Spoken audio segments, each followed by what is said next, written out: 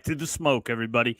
Welcome. Welcome to not only another happy hour here Friday night, Brooklyn, not too far from the Stoop, but also our third annual Festivus show, Festivus happy hour, Festivus for the rest of us.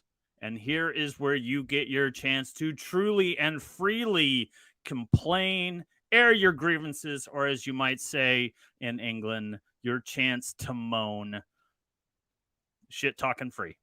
This is where you do it. For those of you that are joining us right now, we've got a long list here. We've got Bremer's Ghost, we've got Pincushion, we've got Anders, we've got John, LUFC, Garside, and who else we got? Scooby D2. Haven't seen you for a while, but who knows? Maybe you have been here and I haven't noticed. Bono Hewson is with us, Sam Greenwood, and this is a damn long list. It's really cool. The family is just been chatting away in our absence because we just don't have our shit together. And I do believe that somebody said that was their grievance, is that the Festivus airing of the grievances is not starting on time. I've got a grievance. I'm gonna just start this right off. My grievance is what a shitty match between Aston Villa and Sheffield United. I can't believe I watched that shit. First of all, it was chippy as hell. And second of all, I just can't believe that Mr.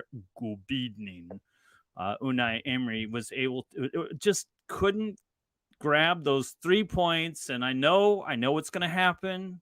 The first thing that Lolo is going to say when he gets on the show, he's going to be top of the table. He's actually going to be standing on a table. And anybody out there just want to say, hey, how'd that work out for you last year? Anyway, Arsenal with an anchor around its cannon going down. I really don't think so. These are points that will come and haunt a Villa later on in the season. When they are 2 or 3 points off of the top of the table, which means maybe they make it to the Champions League, which I do think is a possibility. But they will look to a game like this and just go, yeah, mates, we fucking blew it. In other news, yesterday's match, we had Crystal Palace at home versus Brighton. Crystal Palace had not won a match in God knows how long at home, and they looked like they were due. No, they let that slip right through their goddamn fingers. Oh, do I need a beer? Dude, I know. I don't know what to do. Hell? I don't know what to do. He's got us all flustered, this damn Lolo. I tell you, this damn Lolo, he's drinking the Miller Lite, which is the fine, passionate beer of Chicago, Illinois. I'm drinking the Guinness, and cheers to you. I'm going to have to do a little slow pour. I don't have the tap like you might. But where were we? We were talking about that Brighton Crystal Palace game. I actually put a bet on Crystal Palace winning their first match at home, and it came damn close before that fucking ridiculously good header from Denny Welbeck, who I am sure I have called Danny Welbeck. Danny Welbeck. I have no idea what I might say sometimes. Anyway, again, this is our third annual Festivus show where we will air grievances in any direction. Maybe you have a grievance with me. Maybe maybe I'm the moaner. Maybe you're pissed at VAR. Maybe you're pissed at your club in general. Maybe your club is Chelsea or equally poor, which I'm not really sure how many are equally as poor as Chelsea. And you're just not happy. Maybe you're not happy with your lack of signings, too many signings. His name is Lolo, and he's a no-show. And thank you. I got nothing. I was really trying to have a chant. Speaking of songs or chants, did anyone get a chance to see this little TikTok video floating around that the Everton fans have come up with, or somebody wrote, and they wrote it for the Everton fans? It's like 10-point deduction on the wall, 10-point deduction on the wall, and then McNeil ran and scored a goal, 7 points, 7-point deduction on the wall, and it just goes on and on and on. It's absolutely brilliant. I love Everton, hate Everton, don't give two wet shits about Everton. You definitely got to check that out because it is quite clever. And if I could hear that live, or even hear it while I was watching Everton play, because they're a pretty good watch right now. Dyche has the Toffees playing well, but that's a whole different story anyway. So while I'm waiting for Lolo, I've got a couple of lovely friends waiting in the wings, and I'm just going to bring them on now because I'm running out of things to talk about. We've got Tony the Toon, and we've got our very own Mr. Tom hiding behind his growing flock of puffins or penguins. There you go, Tony. That's doing Christmas crew. What looks like a Yangling. Mr. Tom has already had like 2 Pepsis already, or whatever it is he drinks. How's everybody doing? God damn it! Enough about me. Anyone? Oh, Festivus for the rest of us. It's a great episode of Seinfeld. Good there, Mark. How are you? I am doing great. And I was not. I've got literally nothing. I am just flying by the seat of my pants. Much like half of the political candidates for the presidential election coming up next year. Anyway. What do you got? What's going on, Tony? How you doing? You good? I kind of blanked. I kind of blanked about actually winning last weekend because of whatever occurred on this week against the West London or wherever in London they're located, and their billion-pound LA Dodgers back team people. Oh, Jesus fucking Christ, man! I'm sorry. So, I'm a diehard Dodger fan. This color right here that you see, you can't quite see it up close. Yeah. Because I'm heavy. You can't see my blue veins, but that is Dodger blue that runs through my veins. Yeah. And I'm very, very excited about the possibilities, but I'm also very frightened of the future.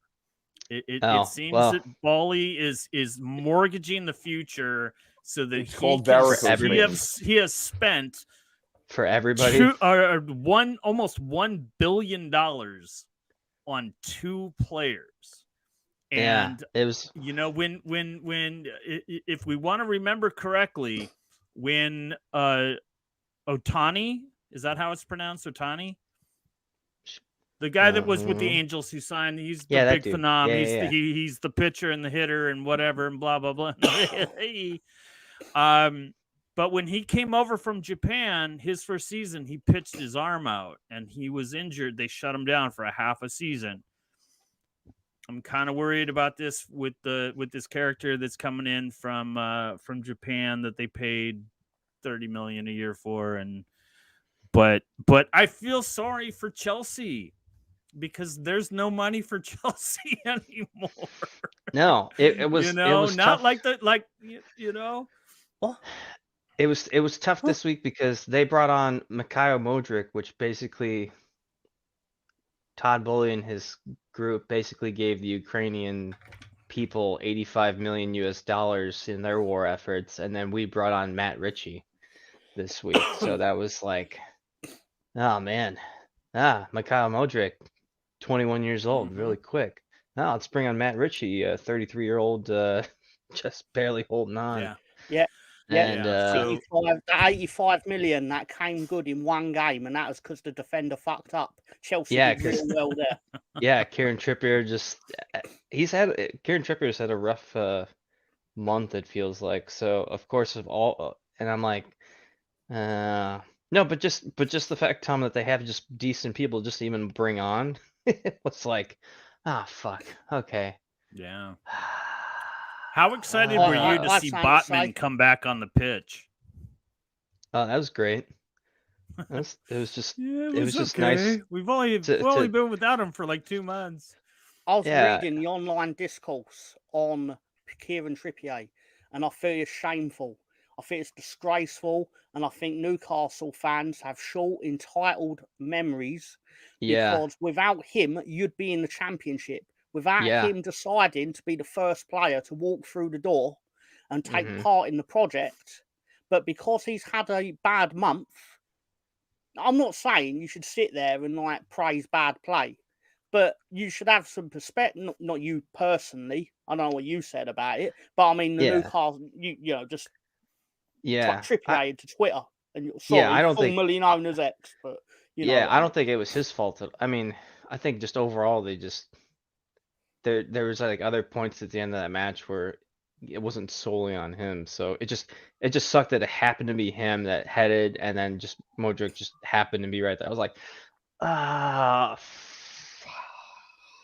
Didn't he then turn into Bamford for the penalty? Oh yeah, I would say yeah. Then he turned and missed the penalty, and then Richie missed the penalty. I was like,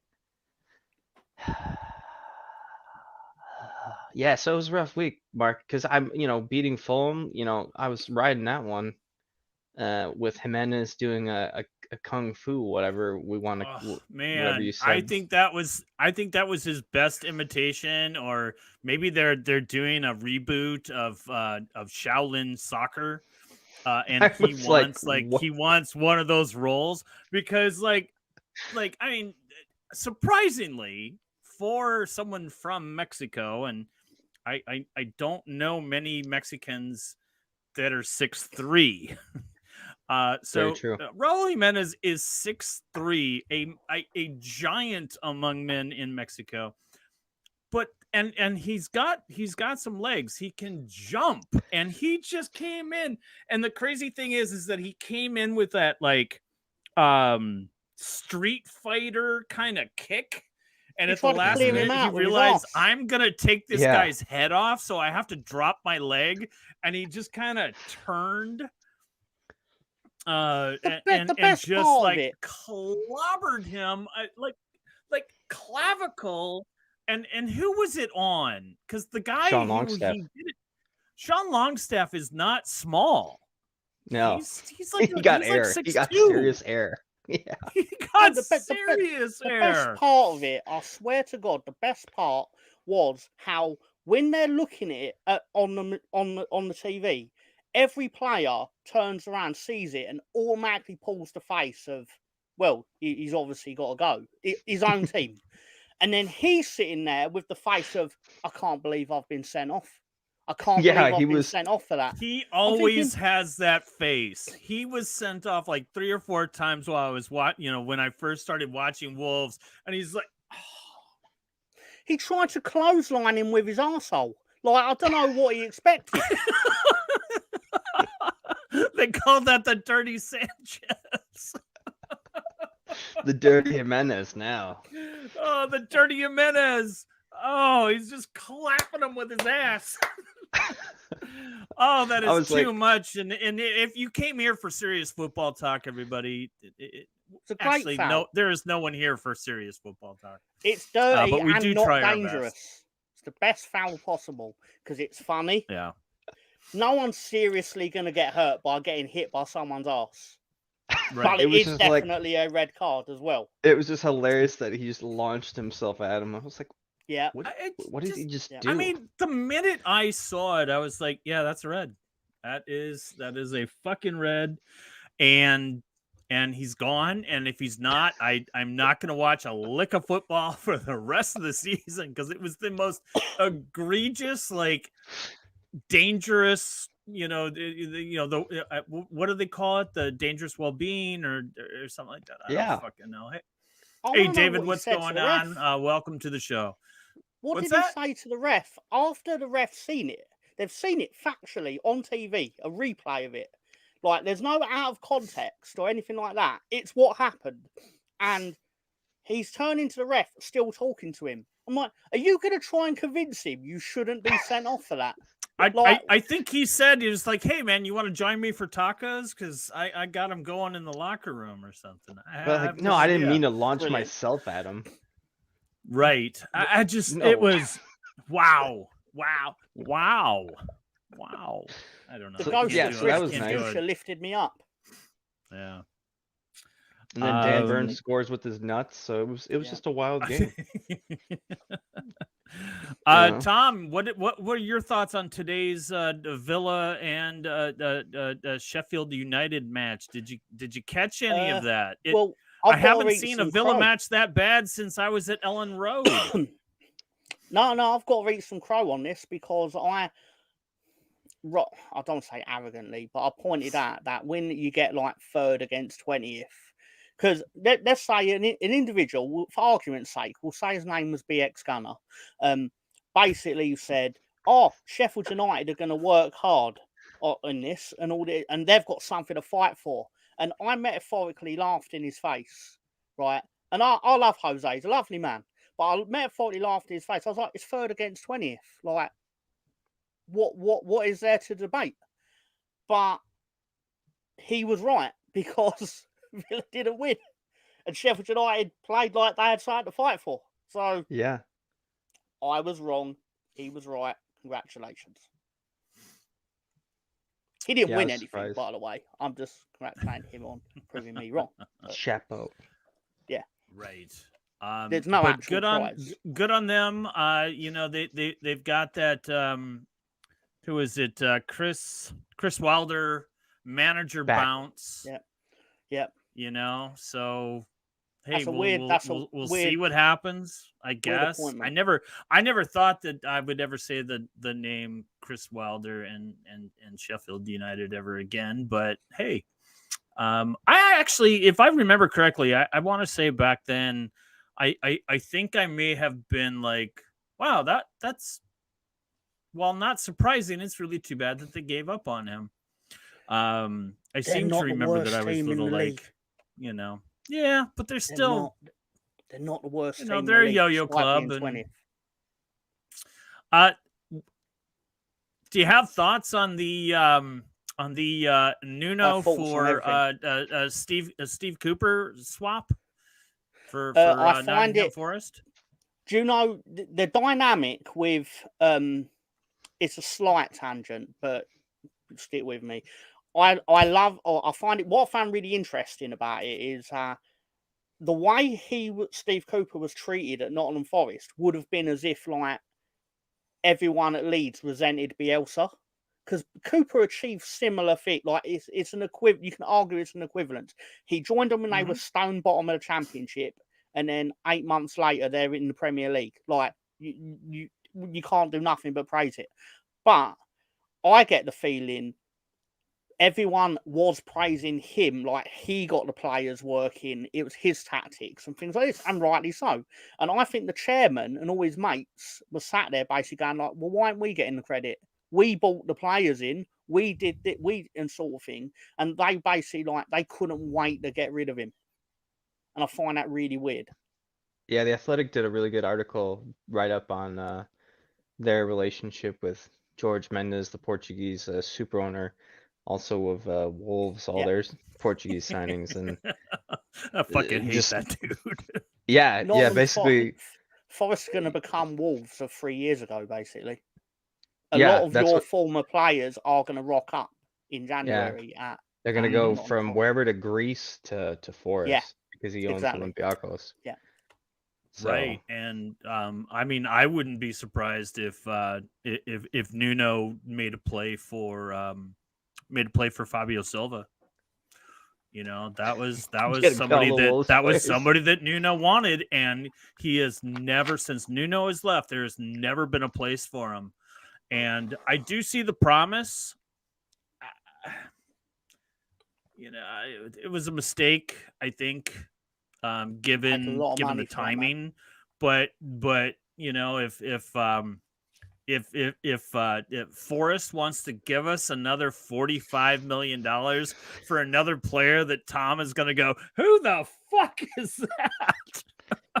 Yeah, they were saying in the When article Morgan that Gibbs Mendes White pushed was that bought through. by Forrest from Wolves for 45 million pounds. Tom texts immediately says at Mark, who the fuck is Morgan Gibbs White and why is he worth 45 million pounds? I have Everything no Mark idea. just said is true. That is George a Mendes. conversation It is that true. happened. I am not making that part up, but No, you know, it's true. I can see a lot of players who are kind of lost in other seasons going to Forest.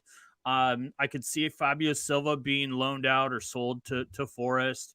I could see Forest reaching out to Leicester and trying to get Connor Cody, who can't get a sniff on the pitch. Obviously fit really.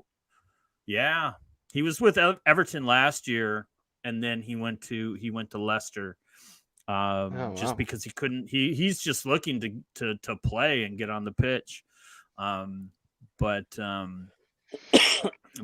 think sure Connor that Cody's a bit of a big time Charlie, and I think that may be why he doesn't get into lineups. What does that mean, a big time Charlie? I don't The know reason the he got moved out of Wolves is that basically he felt it was a it's basically like when you think like you're bigger than the club.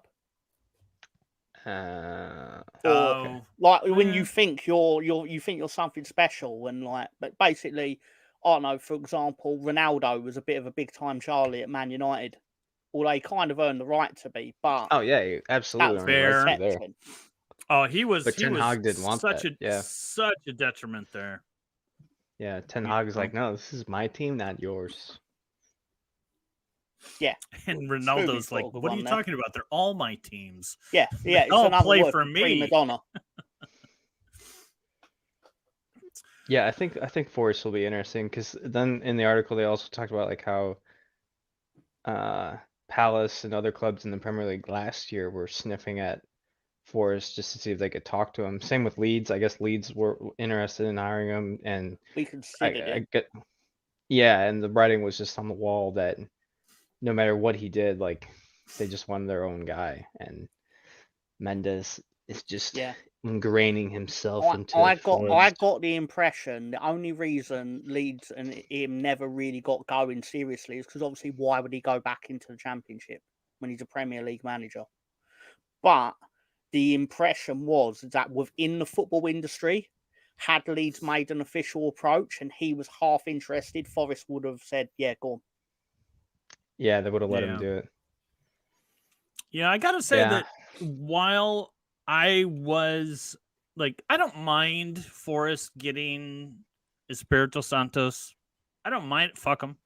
You know, I have no ill will against him or what happened, because I think it was a very much a mutual thing that we've seen for the last like two managers that were there, that it was just like, we want a yes man and we want somebody that is not going to complain when we don't spend money.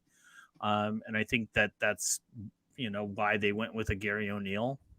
Although he's proven to be adequate. More than competent. I actually, when it came to Forrest, one of the things that I thought about and I thought was maybe a kind of a more perfect fit would be Graham Potter. I thought Graham Potter at Forest would be kind of badass. I feel like they would clash. You think? Because all the parts are there. Like, they just need somebody with a system. Tony's right. You got to keep in mind he's gone from Todd Bowley, and he's not going to go with another crackpot manager. Yeah, that guy's. Oh yeah, I suppose Marinakis is nuts. He's a hothead, isn't he? He's in Olympiacos. He's had 6 different managers. 6 or 7 different managers. I think you and I may have read the same article in the Atlantic. Just like I think I read it this morning. It was really interesting.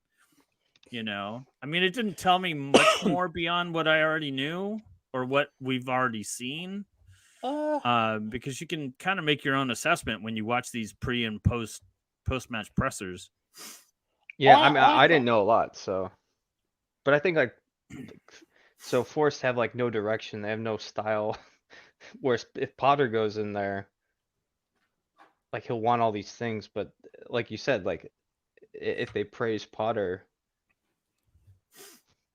you know, they just get rid of him He's going to be like, I identified the signings. Why is Potter getting all the praise? Like, right. I brought the guys in. Like, he thinks he's the manager, basically. And then he just pays someone to sit in the dugout, essentially, is what the impression I get. But I think Mark he's getting around the fact, not trying to pull wool over anyone's eyes or anything, but I think you may not even realise it. There's a weirdness to, like, because he's your first manager, right? Like, since you got into football. Nuno was your first with Wolves, your first manager. Espirito Santos, yes. Yeah. And obviously, he was a big deal at Wolves in that he took you out of the Championship, consolidated you in the Premier League. Yeah, then the football Europa League. It became really stale and that, and obviously it was a thing that it ran its course, understandable. But a thing I would liken it to is when the rumour came around that Bielsa was talking to Bournemouth, and we did not like it, even though we all acknowledge that if he takes the Bournemouth job, he has every right to, because we sacked him. Yeah. It ain't like he walked out on us and then decided I'm gonna go and work for Bournemouth. But it would have just felt really weird, I don't want to use the word betrayal, because again, to make it clear, Marcelo Bielsa would have done nothing wrong in the situation. But I feel like maybe that's how it would low-key feel to Mark, possibly. It would just be weird. Like, when you play Nottingham Forest at some point, I'm assuming you've got to still play them at some point, it's going to be strange having Nuno on the other side of the dugout. I don't want to play against Bielsa. No, absolutely. I think for me it plays out like this, where there were different complaints. So like Nuno was like, spend some money. I need some depth here, and Forsyth was just like, we actually spent money to get you here, and we want to be careful of FFP. April 13th. The difference, I think with like the Bielsa situation is that management wanted Bielsa to play a different way. It was like, no, can you try playing this way? And he's like, no, this is how I play, and it gets results. It's right now we're in a tough spot. And then that, I think, was the parting of the ways. I would have much rather had it been that way with Nuno, rather than it be over the fact that we're not spending money. I don't know. It's, we've had Nuno, we had Lage, we had Lopetegui, now we have O'Neill, and it's always been the linchpin, or the cornerstone, or however you want to call it, has always been, you're not spending money, I'm out. And that hurts. that really hurts when you're owned by a $1 billion corporation. You obviously have money, you obviously can spend, and you're refusing to. No one makes profit in football, though. Yeah, it reminds me of what Tom said. No one gets into football to make money. Tony. True. No. It reminds me of what you said, Tom, because I remember we talked about this with Palace, and then you brought up their chairman, and you're like, well, nobody has to spend money.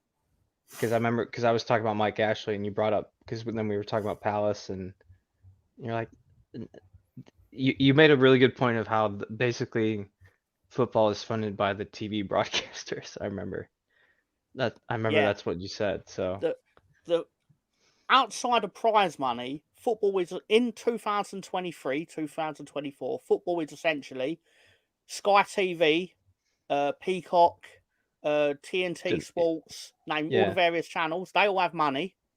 They hand that money to a football club, and then the football club hands that money to an agent, and that gets filtered to a footballer. The club, football clubs, are middlemen in getting money from a TV company to a football player. Yeah. Right. Because well, think about it, like everyone shits on PIF or we shit on the Abu Dhabi group or Todd Bowley, but they're all just in. I'm trying to think of like the only people that are like sole owners is maybe what, like Norwich, where it's that husband and wife and Delia Smith. yeah, but think I'm just obviously the biggest known one is Wrexham with Ryan Reynolds and Rob McElhenney. So that's just two guys. Norwich is two people, husband and wife. I could air my grievance about Wrexham, man. There's something not right there. But do you know what I mean? Like Wolves is owned by a corporation. These guys are 80% by the public investment fund of Saudi Arabia, and then two real estate Brits, and then Amanda Staley, who's I don't know what her life is, and then Leeds is now owned by the 49ers. She acted alongside James Corden in the film Cats, didn't she? Right. So like we're all just owned by. I don't even know what that is. It's a movie. I don't even think James Corden even knows what it was. No, please allow me to finish this because I'll say it, otherwise I'll forget and it'll be gone forever. Cats is a movie that was so bad that a month later a plague was unleashed on Earth. And didn't they like recut it or reshoot it? They pulled it from the theaters and redid it. Yeah. And it still was absolutely horrible. You know, we just hit the half-hour mark, and I think that what Tony was saying in regards to teams and ownerships, and he mentioned Wrexham, and I'm just going to air one of my grievances right now. I want to hear this. It is our Festivus show. This is where we air our grievances, and as we have told you, we got a lot of problems with you people, and you're going to hear about it. They're documentaries. I got a lot of problems with you people. Now you're going to hear about it. There we are. This is our third annual Festivus for the rest of us. Airing of the Grievances, the Premier League edition, brought to you by all our wonderful supporters. Hey, a really great gift to give your loved ones, if you're looking for a last-minute gift, is a donation to the Human Fund, Money for People. All right, folks. I love that art. This is something that sometimes. All right, I guess there's some rules. Click on the link to chat. Make sure your camera and microphone is working. Tell us your Premier League grievances and keep it under 2 minutes. What we are giving is our audience a chance to come on the show on this very special edition and air your grievances. I'm going to air mine. Again, Director John just put in that link. I'm going to air mine about Wrexham. I think this is just a bullshit club that there is so much money involved that it cannot help. It just cannot fail. The network, they've got a network behind it. Having a show, what do you think the show is gonna end its final season is? And Wrexham is demoted yet again. No, it's not. They're gonna be in the Premier League in like 2-3 years because there's so much investment and so much money. It's just not Ryan and Rob. There's all sorts of back channel individuals that are putting a lot of money, have a lot of money riding on that success. And can you imagine like what that welcome to Wrexham is going to be when they get to that promotion stage? It's going to happen and everyone is going to watch. And that is so much fucking money and sponsorship and commercial. You know, I watched a Wrexham match not too long ago, and there was play, and there was a whistle, and there was a red card given to the opposing team. I think it was last year's FA Cup or Carabao Cup or something like that. I don't know. And the announcers were like, well, you know, hey, let's go back to that footage so we can see where he got that. Well, wait a minute. There's no footage. Well, I'm sure he deserved that red card. And it's just like, man, they are not getting there on their own merit. They are getting there because of it is a way to promote English football in America. Ted Lasso failed its assignment, so this is what the next thing is riding on, and I call bullshit. That's what I got. I don't think it's as fixed in the way that Mark has just inferred. Yeah, But I'll go I after do think there is a, for example, last year in their match where they played against Notts County and Ben Foster saved the penalty in injury time. It's a great bit of drama. Ben Foster shouldn't be on that pitch. Ben Foster, 10 months before, was playing in the Premier League. Why is he playing for Wrexham? Because they can pay him a better wage than, say, anyone else in National League or that. Why does he want to play in the National League? I can tell you why he wants to play in the National League, because he wants to meet Deadpool. He wants to meet. Right, he don't want to meet the other one, because who gives a fuck about It's Only Sunny? But you know what I mean. Like, people are going there and they come up like, oh, this is an interesting project. It's like, fuck the project. You just want to meet a movie star and want him to be your mate. And he promoted his YouTube channel more and his Fozcast. That was, Mm-hmm. you know, he was Yeah. from his business standpoint, spot on. Absolutely. I'll go. Can I share my thoughts on Wrexham? Please. Absolutely. Please do. There's people I work with that were never into football, and now they're like, hey, how do I get? They'll text me, how do I get Wrexham tickets? I'm like, how do you get Wrexham tickets? I'm like, well, what, you got to get a membership, and they're like, well, what do I got to get a membership for? I'm like, it's just like the standard here. That's just what you do. And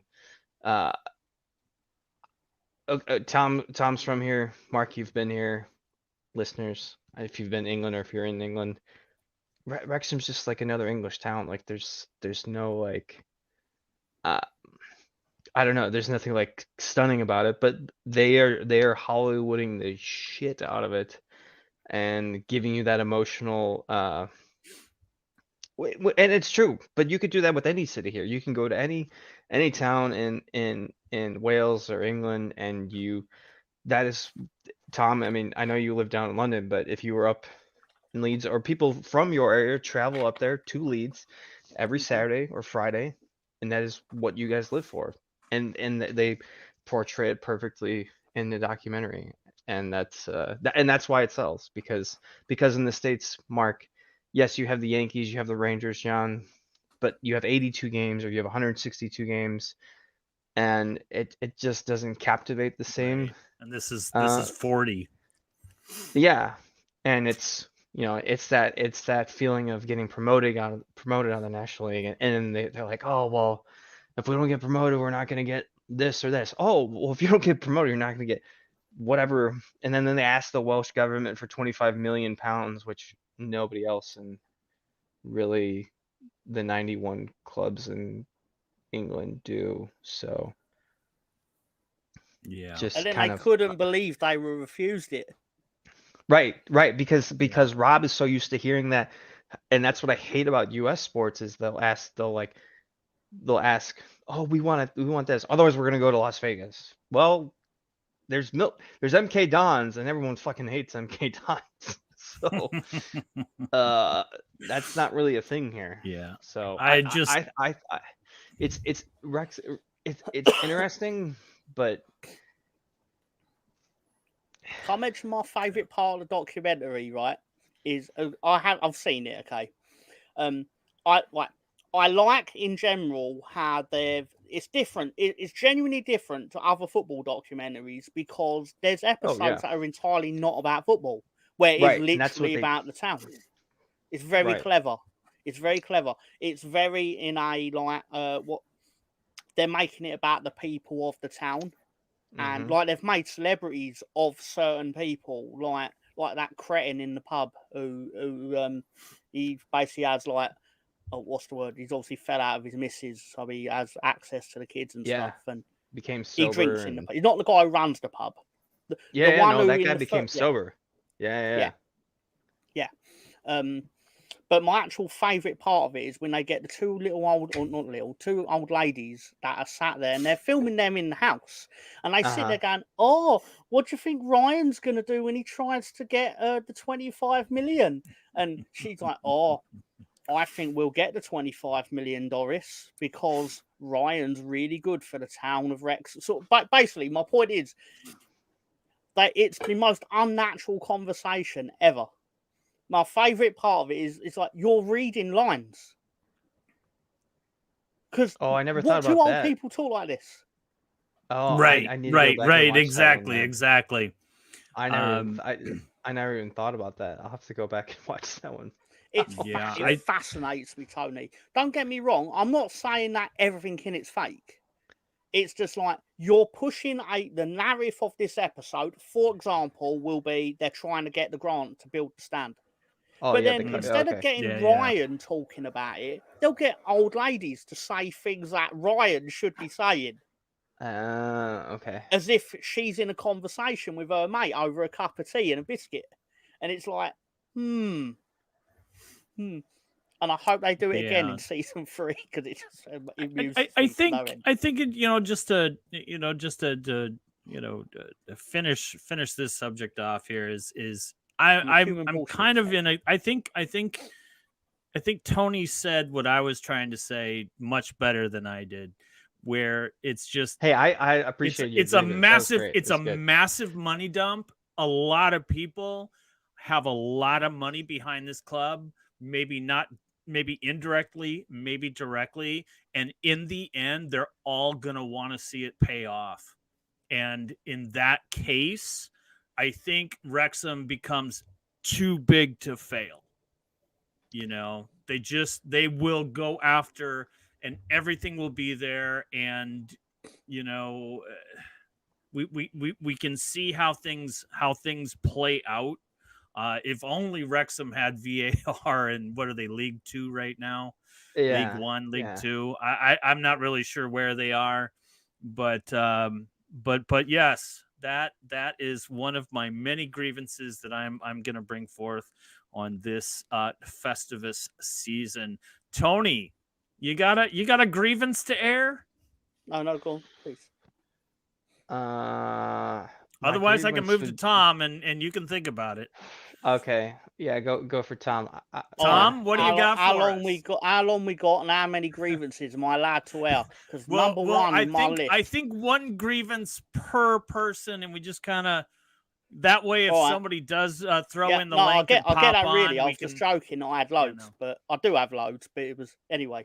Right. Oh, I got a lot of problems, people. A lot of problems with a lot of people. Anyway, right. So, VAR, but not the actual VAR, not the implementation of VAR. I couldn't give a fuck if they get things wrong. I am sick to fucking death of the discussions about video assistant refereeing. It fucks me off.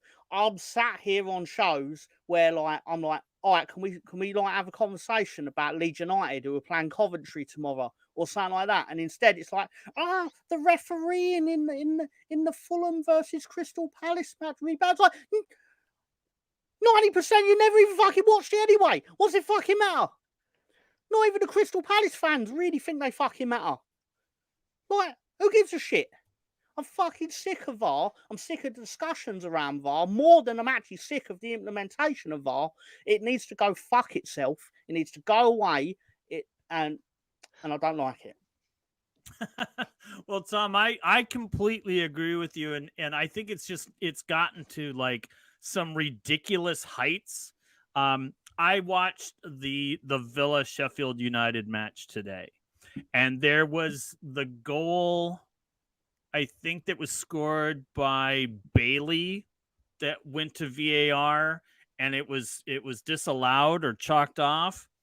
But the announcers during VAR, they're like, "Oh, we can't say anything from that angle." Charlie, right there. Stop it right there. There it is. I don't think the announcers should be addressing VAR as if they're part of the process. I had a real problem with that today, and it pissed me off. you know, but it is again what you said, Tom. It's just like I started watching football when VAR started, like a year after. So for me, it's always been about VAR. It's never been this organic call in the field. You don't like it, fuck off. That's what it is. Tony, what do you got? So off of the top of my head, my grievance would be a continuation with the big boys, the big six of the Premier League, in the sense of last year was when the takeover occurred for Newcastle, so I got my Newcastle hat on. And then this year, when they thought that they were just going to bring everybody from the Saudi Pro League because they own 4 teams in the Saudi League, and then obviously the Newcastle relation. I just think it's funny that they're still intimidated by what Newcastle could be, but what's his face, Mr. Tottenham chairman is still like doesn't want anybody outside of his little buddy group to try to take over. Same with the rest of them. So, and then my other one would be this continuation of announcers, especially this week, watching the Newcastle Chelsea match, and just any talk about Man United on the radio on Talk Sport, or just anybody that's like, oh, it's Manchester United, they should be doing this, or it's Chelsea, look, they're a top club, they shouldn't be. I'm like, you know what? Well, everybody has ups and downs. Bill won the European Cup, Forrest won 2 European Cups, like, nobody's good for like 65 consecutive years or whatever. So everybody has. Tom went down to League One after being just a juggernaut in the Premier League. So it's just so annoying every time Man United play or Chelsea or whoever the fuck it is. I just, yeah, that's just my grievance. Entitlement. Yeah, the entitlement in football. Yeah, I'm like. It's a sport. It's supposedly a sport, and they're like where basically everything's supposedly on merit, and it's clearly not. Right. And then my newest grievance is yet again the Super League gold, blue, silver, red, black divisions, whatever they're trying to. I thought it was great comedy. That was great comedy. It was 4 minutes of laughter from me. Like, you can't seriously think this is going to fly. And they were like, we've got... Sorry to cut in on you, Tony. No. I just... once again, I think... Because, like, I have a group chat with people from my work, and one guy commented, and he's like, oh, look, another non-Premier League fan in the group chat. I'm like, whoa. Are you going to hate on us? Because, I mean, I like an Italian Serie B team that is owned by City Football Group. And in Italy and in Spain, the TV revenue share, this all comes back to TV, Tom, all comes back to TV. Well, in Spain, Real Madrid and Barcelona hug most of it. So the rest of the league can't equally get the income. France, they can't even get a deal because PSG just dominates. So what's the lure for everybody else to watch it? There's no selling point. Italy, it's pretty brutal. I mean, there's like a handful of teams that play attractive football, but like it's the same for every year. And then Germany gets this outside investment for more money, but then they all hate on the Premier League for having the most money. I'm like, no. The Premier League had the foresight. The thing the Premier League did really well was give, whether it's not true, but they give the impression that it's more equal than in other leagues. Right. And they successfully sold the idea that more teams can win it than in other leagues. Now, again, whether that's true or not, it's probably not true. But they've convinced people that it is true. And that's all that matters. Right. When it comes to buy our product, watch our product, if people believe that different teams can do well, that's all that matters. That's all that matters to Sky. Yeah, absolutely. I am very disappointed. I'm very disappointed, much like Mr. Tom is, to talk about VAR all the time. I am I have an issue with the fact that this Super League bullshit, after it was dramatically shot down last year with protests and that reached like the edge of violence, is coming back. I mean, I get it, man. This is a massive amount of money that people stand to earn. But what I think that people are trying to put out there, it's like it's a lot of money for a few people or for a few teams. And I don't see there being this Super League that is going to have like these permanent members, as if you are playing like a fucking video game and working your way through the bosses and trying to reach the top. Mark, I can tell you right now, it will not happen. And the reason it will not happen, I agree. is because I hope it doesn't happen. a lot of teams have collectively realised this. Whether they've said it out loud, in my opinion, they've collectively realised all this will serve to do is bow out Barcelona and Real Madrid out of poor financial decisions, exactly. which they made to try and catch up with the Premier League.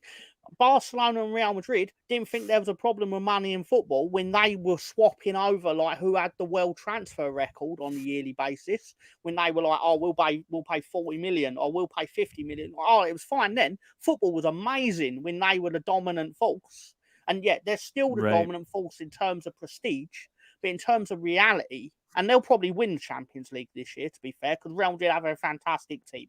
But the point is that eventually they're not going to be able to fund it in the way that Man City and Newcastle and even Manchester United. Because say what you will about Manchester United, but they make money hand over fist. Oh yeah, right. They waste it. I totally agree. But before we move on, for those of you that have just joined us and are no longer with us, I guess that was quick. I thought I saw some numbers that looked really good, and now they're back down. This is our third annual Festivus happy hour. Oh, there he is. Well, I was going to lead into Gary from Don't Waste the Trip, who has been brought on. Hoodie? Welcome, Gary. And this segues nicely because we've got about 7 minutes before halftime, and I'm just going to go ahead and air my grievance, which is about Arsenal. So this gives you an opportunity to comment right away. My problem with Arsenal is not that they're good and not that they have tons of money to sign anyone who happens to want to play for them.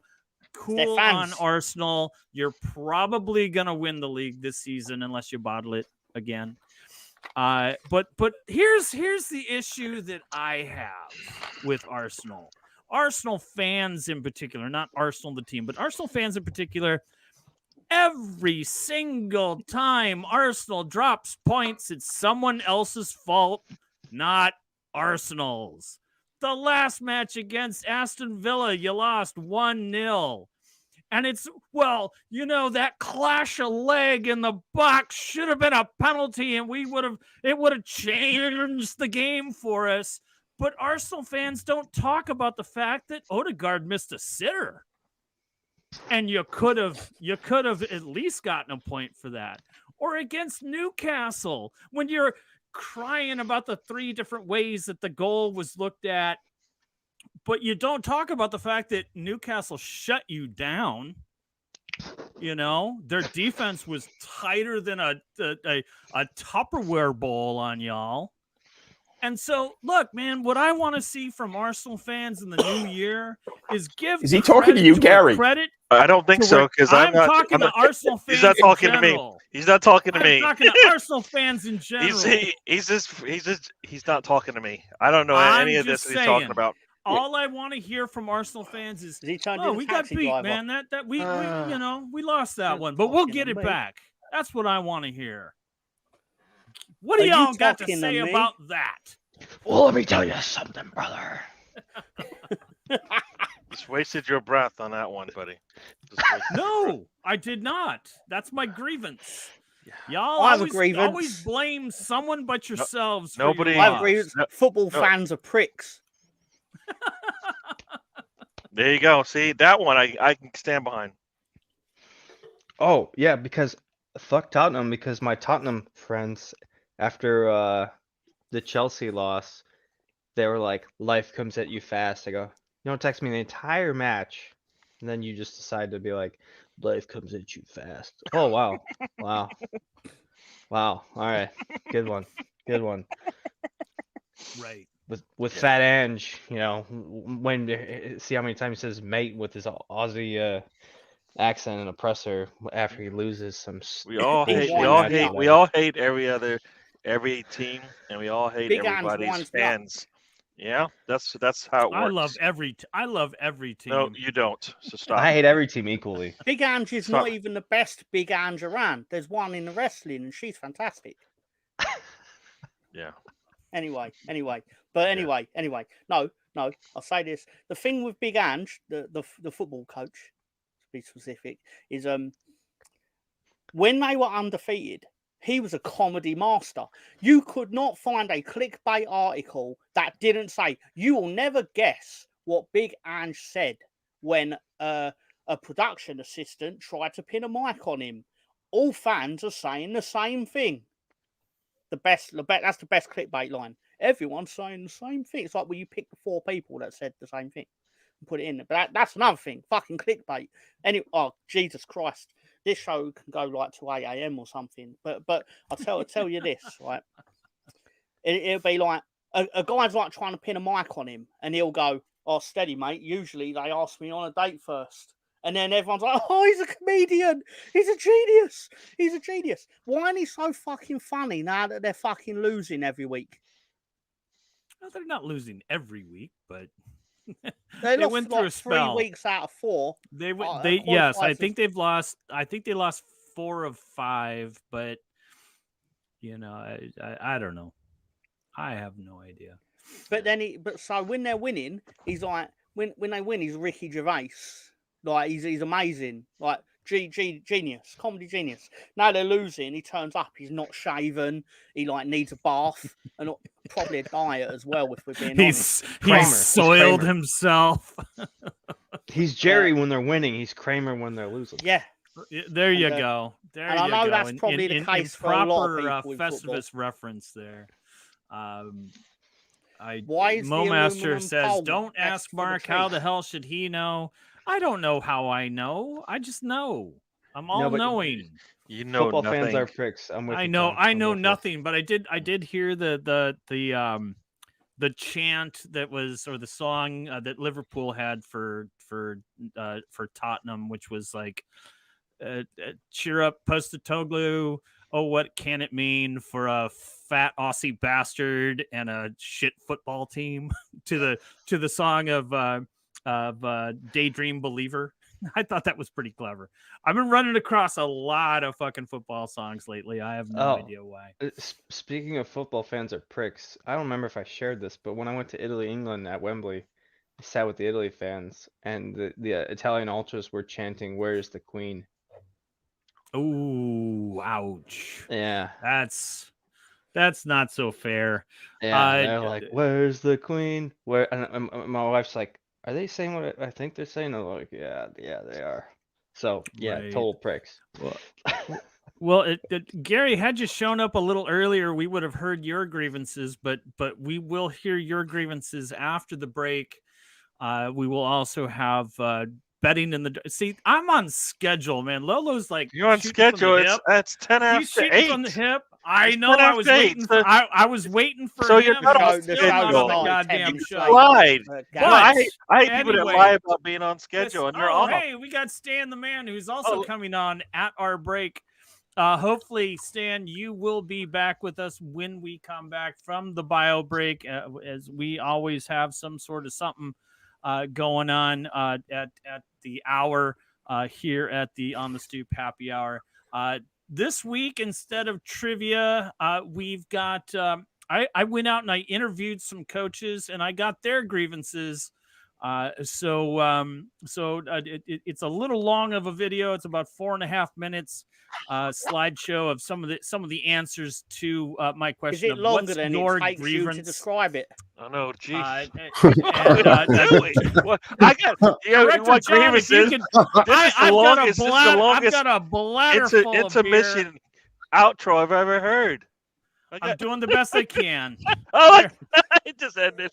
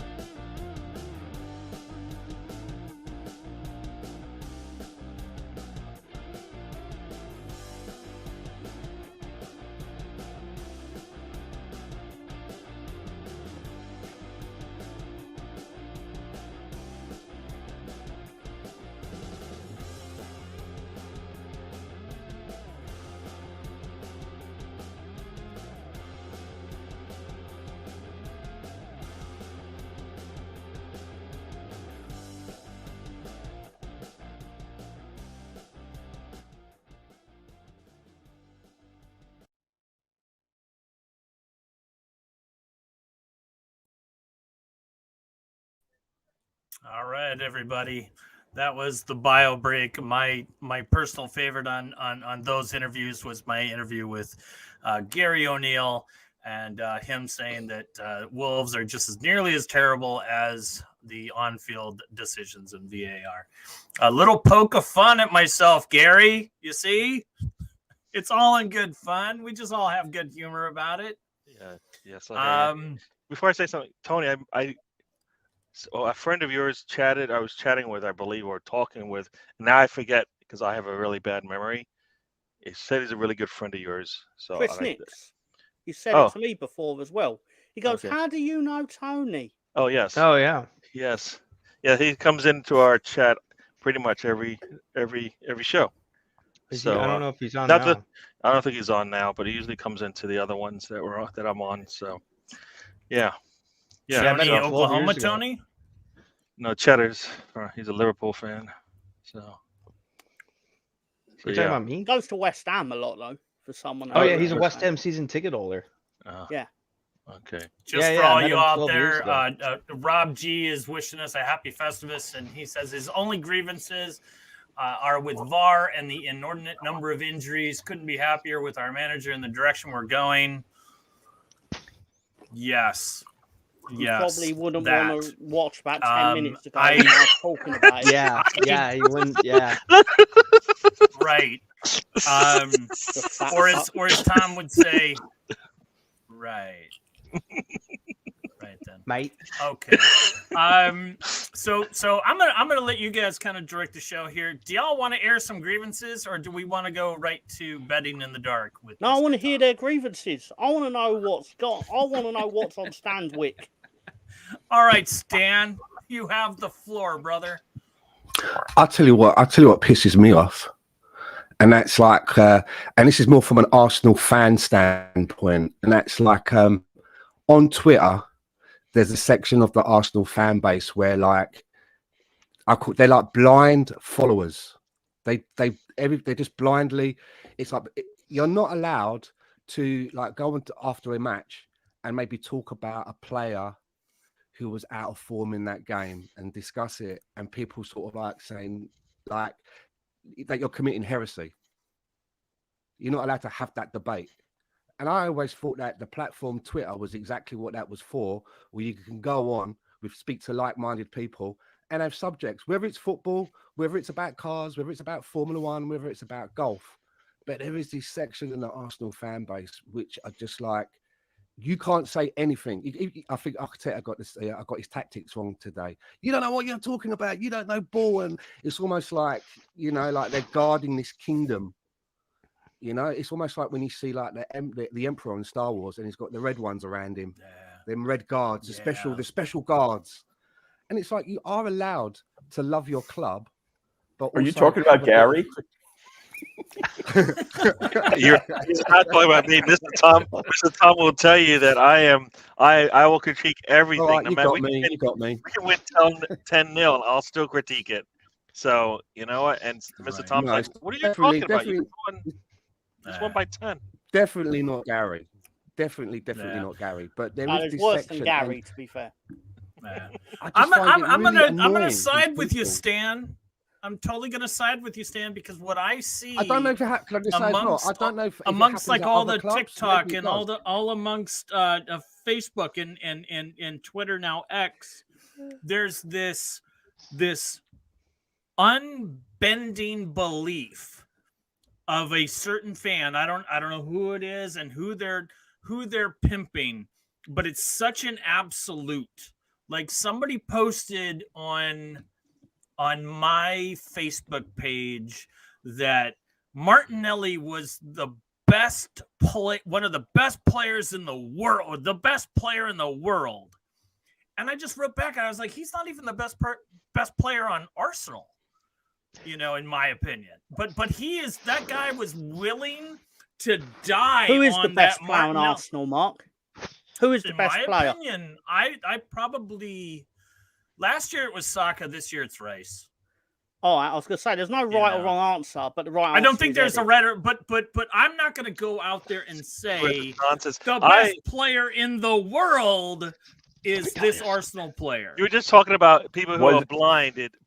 Right there, that Mr. Tomney is blinded. Anything you was say it about this guy? No, it wasn't this guy. Who is Although that guy? Sorry, Gary. He calls him Star Child. I do have something to add to what Stan said. That was Nick. Like, to take it away from football, I saw a quote once where someone went, "You could have the most ripe peach in the world, and someone will go out of their way to tell you that they don't like peaches." It's like, I've had you better. don't like peaches. Why does that mean that I'm not allowed to have this ripe peach? Right. What's it got to do with the price of milk in Denmark? So I'll give you an example as well. It's like, I've been supporting Arsenal for a long time, a long time, right? And I talk about, let's look at Arsene Wenger, one of the greatest managers that we've ever had.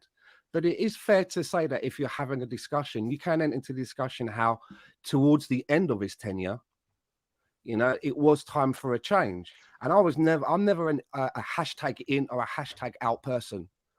I'm not like that, but I can have an opinion. And my opinion was that it was probably time for a change.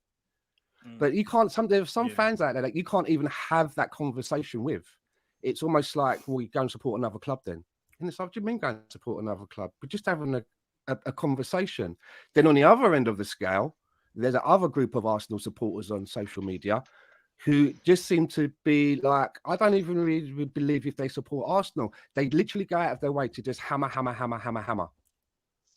No matter how good things are, do you know what I mean? They go out of their way to hammer. And I've seen videos of watch-alongs, and I'm not going to even give the people's names. I'm not even going to give the people's names in the air. But then, like, a goalie scored, and they're disappointed that we've scored a goal. Well, yeah, I'm not going to celebrate that. One said, I'm not going to celebrate that. So I'm like, so what is your modus operandi here when it comes to watching sport? What's going on here? It's entertainment, right? First and foremost. So, I love my club, but I'm capable of having discourse about players who may be off the boil, or even players that I think they should be sold. They're not good enough. Players that we should be buying. But I'm not going to go out of my way to just have try and raise a channel and have a profile by just being like a grumpy bastard and not celebrating and hammering everything, even when things are good. Sure. So I just wanted to put that. That's my grievance. Gary, you got anything to add to that? Is that gentleman's name Lee G? No, sorry, that's too obvious. El Gunner. Again, Tony, I'm sorry. The man said Gary. he's not naming names, so he's not naming names. I'll do it for him. No, it's fine. It's fine. You'll do what he's talking about. It doesn't exactly take Columbo to work it out, does it? It really does. It really doesn't. Derek Free worked it out. Pardon and me, no, ma'am. I'm not There's celibate. just one thing I don't understand here. And that's you were saying. No.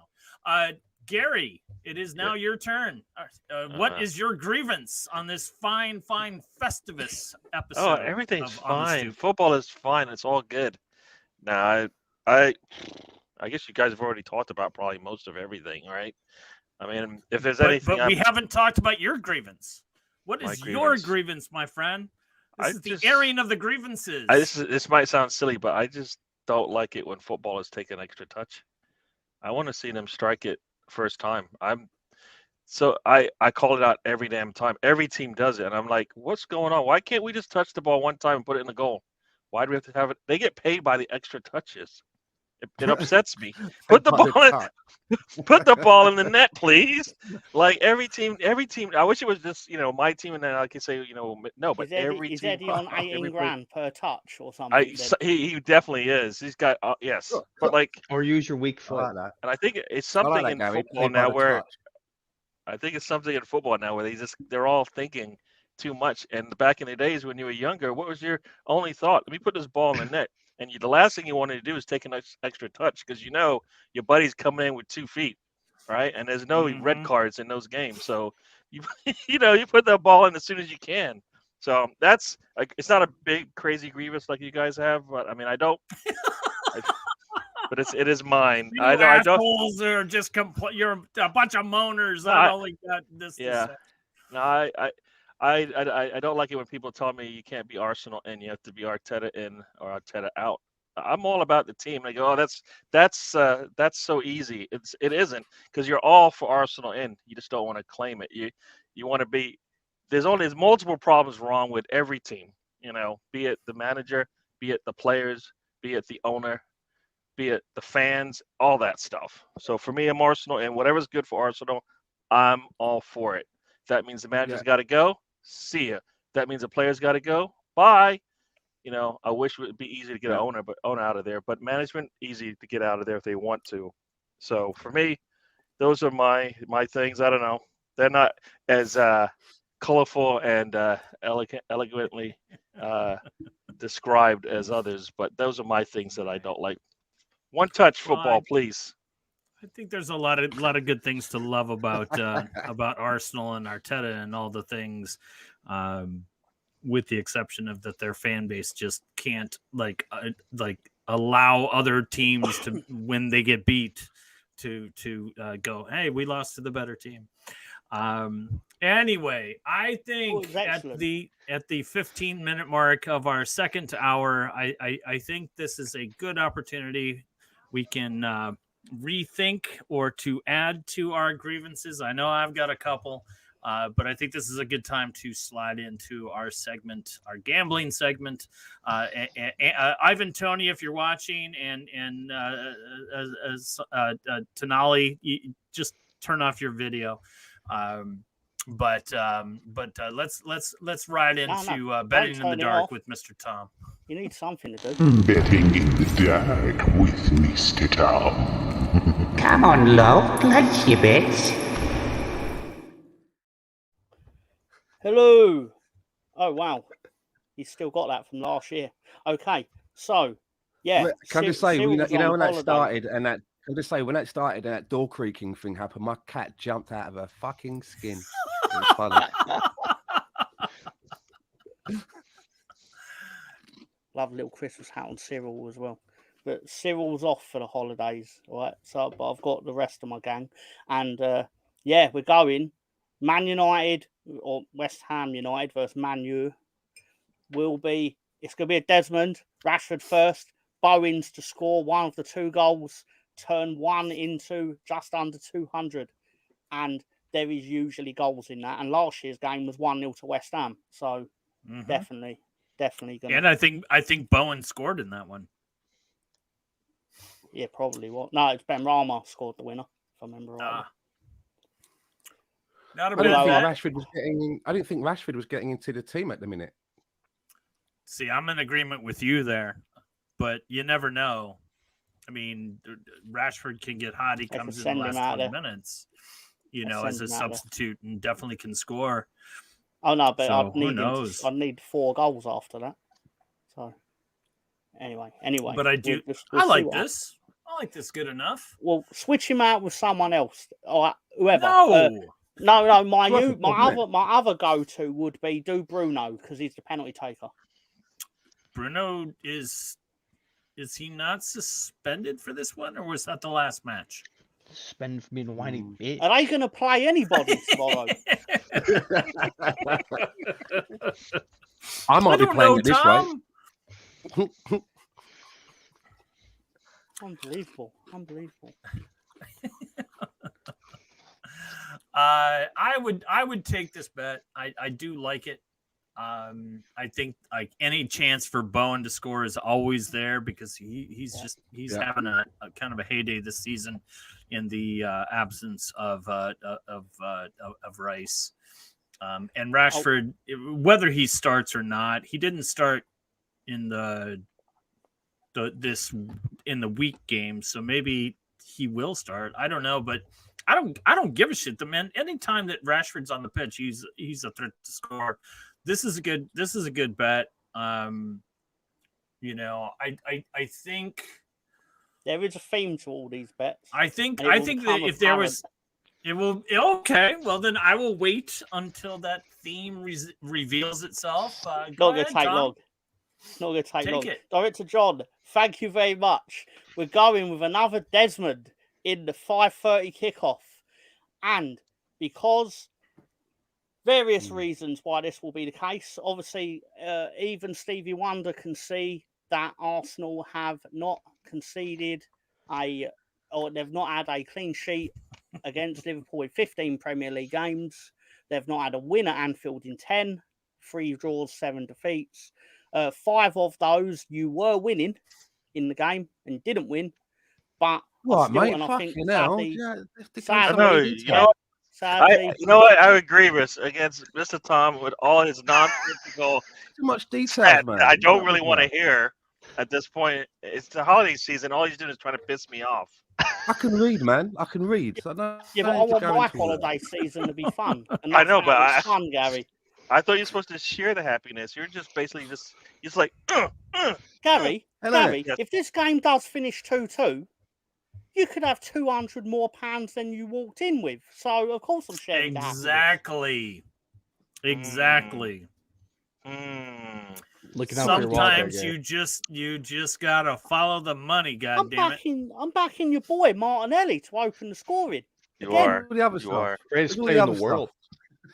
We haven't done this. We I'll haven't done that. say a lot of stuff. I'll forget what I say half the time.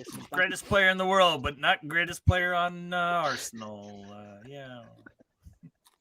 But yeah. So Anyway, I like this bet. I would put $1 on it to win This is a bet, 202. to be Why fair. not? And Worth a honestly, quid. like I wouldn't modify it. Like in the past, I talk about modifying. Not this one. I like this a lot. I like this a lot. Martinelli's due a goal. This as well. might be my pick of the week. Martinelli's due one as well. So next one ain't gonna be your pick of the week. I tell you, Mark. You're not gonna be happy. Oh, hey man, we can lose to Chelsea. We're terrible. No, please. Director John, the third and final one, please. We're going for a third Desmond. I wonder what the theme is. Desmond. Hmm. Desmond, I'll grab a barber shop in Peckham or wherever it was. I was about to say.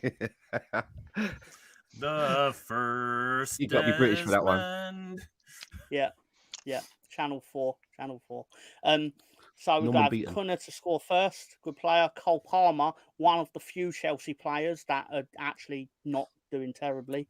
Where is he going to be in February? That's a loaded. What, Cole Palmer? Yeah, I know it's a loaded question. Probably I don't Chelsea, know, man. I'd imagine, because he ain't in like an 8-year contract. Oh, I have no idea. I have no idea. I know that Kantak wants him on Arsenal really, really bad. I don't care what Kantak wants. But no, in all seriousness, he's doing an 8 stretch at Chelsea, isn't he? He's on an 8 stretch at Chelsea. Yeah. So talk about prison Yeah. sentence. Mm. Good behaviour. Maybe get 2 years off. Quicker. Yeah, but I'm all for this 2-2 draw, Tom. I'm all right, for it. I want this to occur because Yes. this is the first Premier League match on Christmas Eve since 1995, of which Oh wow. of which the only Premier League match on Christmas Eve in the history of the Premier League was Leeds beating Man United, and I'd quite like that to actually maintain itself. I don't want to share. I don't want to share that with Chelsea or Wolves. I want it all. I want it all for myself. But seriously, 2-2. You know, for me, this could go in any direction. I was actually pissed when the schedule came out or when they moved schedules around, and this might be one of my grievances. Excuse me. I'm not happy about a Christmas Eve match. I'm not happy about that at all. I want to be prepping for Christmas. You know, it's football needs to be on the 26th. You know, and I know it doesn't quite fall that way because the weekend, whatever, but is this the only match that is on Christmas Eve? I haven't checked. Yeah, there's Rangers play up in Scotland, but in England that's the sole one. Yeah, I mean, wow. Rangers Celtic don't count. Yeah, those heathens don't celebrate Christmas. They celebrate football. I have no idea. I'm just making shit up as I go along. I I don't like the Desmond. I'm fearful that Chelsea is going to win this. Although we are full strength and we get Neto back, and I don't know if Neto starts. I think he comes off the bench. I'm very excited to have him back. I love Cunha to score first, because he, up until last week, he had the hot hand. Cole Palmer to score anytime. Love that portion of the bet. I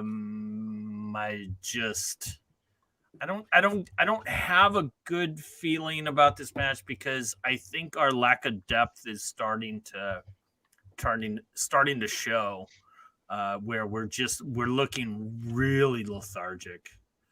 And do 2-1 to Chelsea, but keep that next to as it is. You gave him more money. I honestly think it might be 3-1 Chelsea. That's for you, Najee. If you're watching, which you don't, we miss you. Pray to the old gods and knew that Chelsea lose and get 4 red cards. So. You sound like I pray to those American gods. Who was the author of American Gods? Neil Gaiman. I thought of Game of Thrones. He wrote Sandman as the well. Old gods and the new gods. Yeah. Oh my God. Media was such a sexy god. All right, so we have just over a half hour left in our episode of our 3rd annual Festivus. For the rest of us, us football fans, we've Director John, if you want to throw up that link again, if anybody wants to join us and throw their 2-minute grievance. Maybe it's about us. Who knows? And again, the link is in the chat. Make sure that you look good, because this is TV. We're live, and keep it under 2 minutes. God knows I can't. And Lolo, you couldn't either. In fact, he was like, "Oh, that 4th rule is going to disqualify me." I'm gonna go to Gary again. Come on, you've got to have a serious grievance. Something you just doesn't sit well with your Triscuits. I didn't plan a show today. I know you did. You did a good job. You sent information about it. I know it was coming. I don't like have that many grievances. I mean, I don't. DWTT stands for Don't Waste a Trip, and I try to enjoy what I'm doing in this life as it stands. So not much can piss me off as much. Maybe a loss can, all right? But it only lasts for a little bit. All right, fair enough. Yeah. Fair enough. We're gonna give you a free pass, and we'll put you in the response panel. Okay. Stan the man, what do you got for us? Give us another grievance. I know you got there's a lot of problems you got. What? That doesn't involve customer support when I bring in the bank. Fucking hell, mate. I done that today, and I was on there for 50 minutes, man. It felt like 50 years.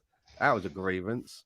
Obviously, a lot of for me as well is, I tell you a big grievance. Another one from an Arsenal perspective, and it's probably happened to other teams as well, is when Mikel Arteta got booked for over-celebrating. What is that? Can you get booked for under-celebrating? Over-celebrating. You're playing a game where there's so much at stake, right? Every place you finish in the Premier League is a few million, right? Here or there. Everything's at stake, trying to get into Europe. And when you're playing a game where, you're 1-0 up, the team scores, then it's 1-1. Or the other way around, they're 1-0 up. You score, it's 1-1. And it keeps staggering. You're behind, you're equaling, you're going ahead, they're coming up. And then you score a winning goal in like the last kick of the ball. It's the last kick of the ball. What are we all supposed to do? Just like give one another a brisk handshake and go, well done, old chap. And that's it. I mean, the emotion, it's an emotional game, right? And we saw that it's an emotional game because when we played football during COVID and there was no one in the stands, it was bland. And that's what I meant earlier when I said about the entertainment side of it. That's why people go. Yeah. Yes, it is a sport, but it is a form of entertainment as well. And we lost that with no crowd. It was really weird, wasn't it? It was different. So how can you book a... He was in his technical area. He wasn't like jumping over the stands and going into the crowds and causing a problem. He's with his coaching staff, and he gets booking for that. And they have the temerity to say the reason is because you over celebrated. Yeah, It's there's a part of me. mind-blowing. There's a part of me that agrees because of the style of ways that Arsenal has won over the last like year and a half, where it was like Leeds when like they were like the come from behind kids, and the extra time would come and they would snatch the 3 points in the extra time, and no one accused Leeds of over celebrating. But I think, you know, especially during the Bielsa years, that there was a certain part attributed to decorum. There are certain coaches that just won't over celebrate, but they're that old school. There's the new school now. There's the young, the brash, the we don't give a fuck. We just want the victory, and we're just gonna take everything like, and we will celebrate that step forward. For me, one of the things that I'm not a big fan of is that there used to, well, I mean, I don't know how much, but what I saw earlier on when I was watching, it was just like, you know, there was that unspoken rule where if there was what was perceived a serious injury, play would stop, you would kick the ball out of bounds. But there's a number of teams that are just like, no, play on, man. That's us. Let's get it. Let's take advantage of this. And so I have the last 2 minutes of my life back. The last 2 minutes of your life? I was only talking for like 30 seconds. No, well, it seemed like 2 minutes. Can you look, my grievance with you, Director John, is that you haven't brought Lolo over to your house, because obviously you have the internet. You have to sit on my lap. Obviously That's you not have PG. the internet, and he is not at your apartment working hard to help me get through this show. So it would seem that John's grievance is the last 2 minutes, by the sounds of it. Well, I think he was talking about the Ranger game. That's part D of my grievances, the last 2 minutes. Parts A, B, and C with the last 30 an hour and 30 minutes. So. Damn. All right. Okay, if I have a grievance, it might be that where do I go to get the truth, or just what's actually happening in the news today? Like if I now you just can't do that. Yes, you can't do that anywhere. Like I hate the news. Everybody has a side that they want to show you. Just tell me what actually happened. Yes. Let me decide if I want to be for it or against it. Not like, well, I don't feel like I'm getting all information. I don't want to know what you think about what happened. Tell me what happened. Yes, tell me. Let me decide. I can decide. Thank you. Because nowadays, I don't want to know what Joan in Stockport thinks about what happened. I don't give a shit. I don't give a shit that you have 24 hours to fill.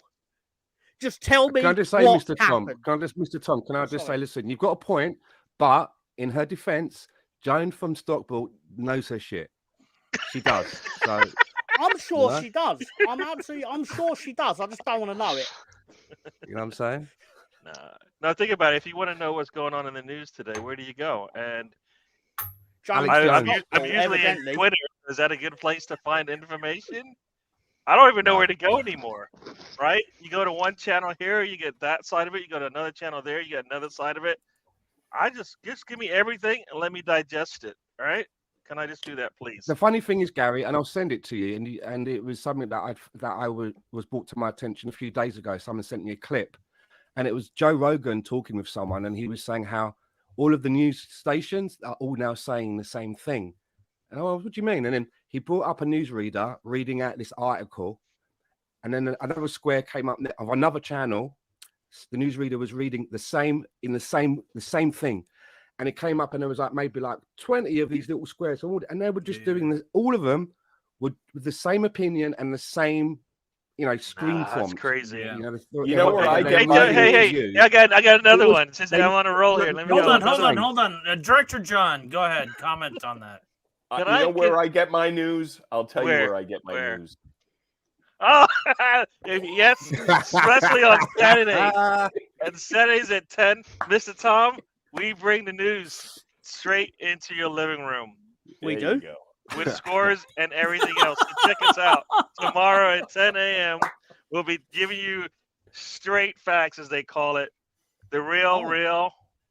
Come on, check us out. And we'll probably do a watch-along as well, because that's what we do. I don't know. It's the thing you keep telling me all about, and I keep going, I don't care. Well, if anything that we've been known for is that you will not get facts on this show. You will get a lot of opinion. You will get a lot of nonsense, especially when I'm hosting the show and I have a grievance. That's my grievance right now. Let me do it real quick. All right, go ahead. Where is the creativity? Go ahead. Can anybody tell me, why do they have to make a remake of every movie? I already seen it. I've already seen it. Gary, I got an even better one. What's your example, Gary? Like Fantastic Four, they've done it twice. The first time was all right. I don't need to see a second one doing the exact same thing with different people. Nope. I can tell you. No, think about it. That's one. Disney. That's just one. Like, now they're trying to do another. I just saw a trailer. They're trying to do another movie. I'm like, dude, please make it. Where's the creativity? It's gone. Nobody wants to do their own thing anymore, right? Because you know what? It might fail. Guess what? The guy who created, dude, where's my car? Think about that. He probably thought this is gonna bomb. That made money. People wanted to see something different. Come on. Well, actually, I read that they're doing a reboot with Colin Farrell and Will Ferrell. Of what? Of what? Of what? Sorry. Of Dude, Where's My Car? Nah, fuck off. No way.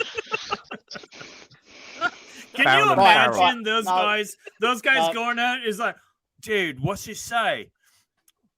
Dude, no. What's it say? Dude. It just goes back and forth, and I have no idea where I'm going with that. Can I just be like, I want to know. John, I think we all know what you feel right now. Tom, tell us your grievance. Go ahead. My grievance on remakes, sorry. I actually had another one. It was about ugly children, but we'll carry on about remakes. Right? Don't we all want to remake Ugly Children? Not these ones. Basically, right. Gary said he hates remakes, like because it's lazy. It's the height of laziness, and he's 100% correct, which is something I never thought I'd ever say about Gary. But I'm looking forward to when Disney decide, well, we've got all these live action remakes of animated things. Why don't we do an animated remake of the live action remake of the animated movie? So in a couple of years, we're going to get Aladdin done. It's going to be a remake of the live action Aladdin, which was obviously a remake of the animated Aladdin. Money. Give us your money. Yeah, basically. In case of emergency, break glass. But ugly children, never get into. My advice to all parents out there is don't get into a feud. Don't get into a feud with Mr. Tom if you've got an ugly child, because there's nowhere I won't go. And that is exactly what On the Stoop with Lolo is all about. We will go there, folks.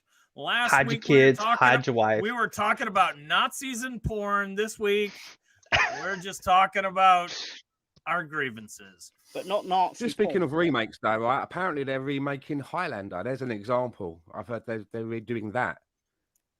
You know, it's going to be hard to top the first original one, right? The first original Highlander is a good film. Again. It's just Yeah. it depends on which Amazing. D&D module you want to make a movie about.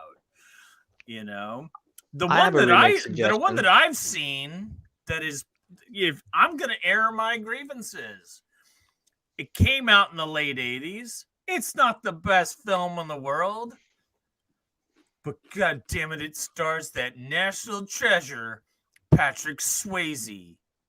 And what Roadhouse. the fuck are they doing a remake of Roadhouse? I thought you were gonna with say like Jake Really? Gyllenhaal as the was main, the No, as no, the main no. character. Yeah, Come yeah, this is a on, real thing. This is a real thing. that's a grievance, motherfucker. Hollywood, stop hurting us. Stop the hurting, please.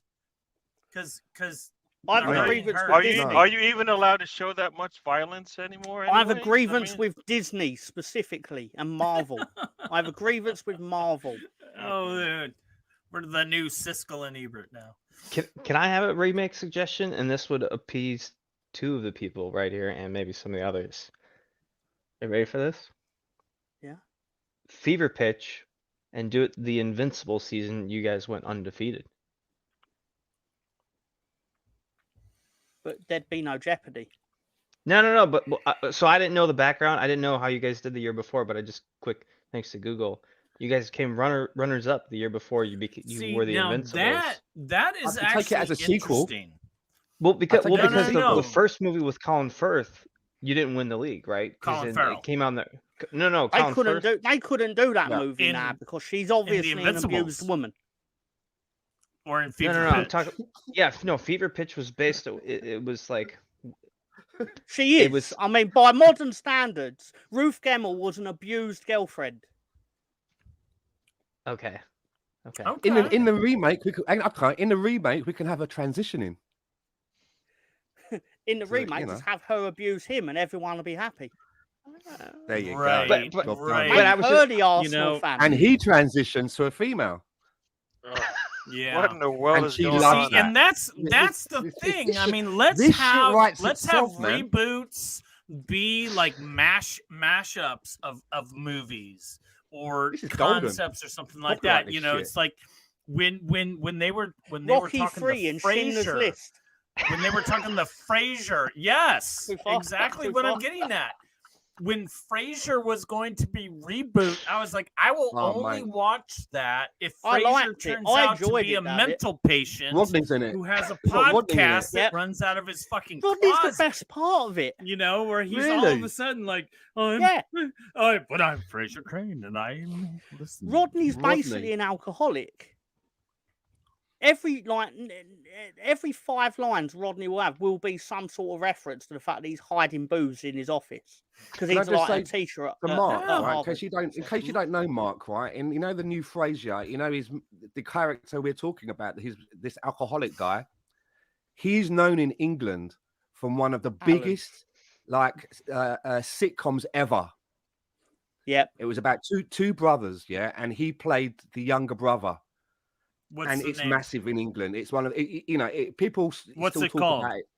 Only Only Fools Fools and and Horses. Yep. He was Del Boy's I brother, haven't seen Rodney. that one. I haven't He was seen like- that Oh, he one. was you gotta like- watch it. It's so good. Yeah. It's tough to I was- watch some of the English But it's so weird shows seeing in the him United in this. States. It's so weird for Despite me the seeing fact him that we in this. pay Yeah. for a million fucking streaming services. You know why he's in it though? This is genuinely true. Nicholas Lyndhurst, who played Rodney, who plays Alan Cornwall in the new Frasier, Cornwall, that's it. he I've not was seen that. in a play with Kelsey Grammer. So he's mates with Kelsey Grammer, which is how it Oh, led right. into him getting the role. Oh, right. Don't get me wrong, I could not tell you what it was that they did or what the Must be theatre a Broadway play or was. off-Broadway thing, All right? right. Probably. Yeah, basically. Oh, So he right. obviously I- enjoyed working with I him. might and have Fraser, like, do you saved want to do this this. thing with me? I might have saved this for the after hours, but since we're on the subject of British television shows, there's something that I've seen it once. I don't know where I saw it, and it's always kind of just sat in the back of my brain and said, this has potential. Is it a And show about so- ugly babies? It was the They're not all ugly, so- by the way. Yes, Tom. Yes. All of them, no but exceptions. in this particular show, it was a show about a kid who had an imaginary friend. And the imaginary friend was played by the actor that was on the IT. Was it the IT Crowd? Is that the name of the show? And it wasn't Moss. It was the other guy. Okay. And he was like this. He was the like Irish this guy, the guy with the imaginary- Irish accent. Yeah, he was the okay. imaginary friend. Who'd get like the kid in all sorts of trouble. Anyone out there who might be watching? We got 11 people watching the show right now. God bless us. Because there was a film that was similar called What About Bob, wasn't it? With Rick Mayall. He played like an imaginary. Oh no, that was with. No, that's Drop Dead Fred. Yeah, Drop Dead Fred was with Yes. Mayo. Drop Dead Fred. That sounds similar, was right? It, was it like What About Bob? Wasn't that Bill Murray? No, What About Bob? Yeah, Bill and Richard Dreyfuss. Right. Yeah. Richard Dreyfuss was his psychiatrist. Yeah. Who filmed that? I had the inexperience or the ill experience of waiting on Richard Dreyfuss in New York, and he asked for sparkling water, and when I poured it and he tasted it, he's like, "Why are you serving me this flabby bullshit?" That's the worst Richard Dreyfuss. Lolo, where are you? You could do a much better Richard Dreyfuss imitation. Anyway. We got 15 minutes left. Anyone got a further Festivus? Can I attack Marvel, please? You can attack whatever you want, because you've got a lot of. Right. You've got a lot of. Right. I'm going to set the stage for you very quickly. Right. I sat down to watch Doctor Strange 2 Multiverse of Bullshitness or whatever it was called. Now I'm sat there and they're talking about this town in the plot, like references. So I'm sat there, and then sorry, this is going to be a mild spoiler for anyone who hasn't seen it. But then things were happening which implied that the character, the Scarlet Witch, played by Elizabeth Olsen, is going to be the villain. But I hadn't seen WandaVision. So I had no fucking idea why she was suddenly villainous or what they were fucking talking about.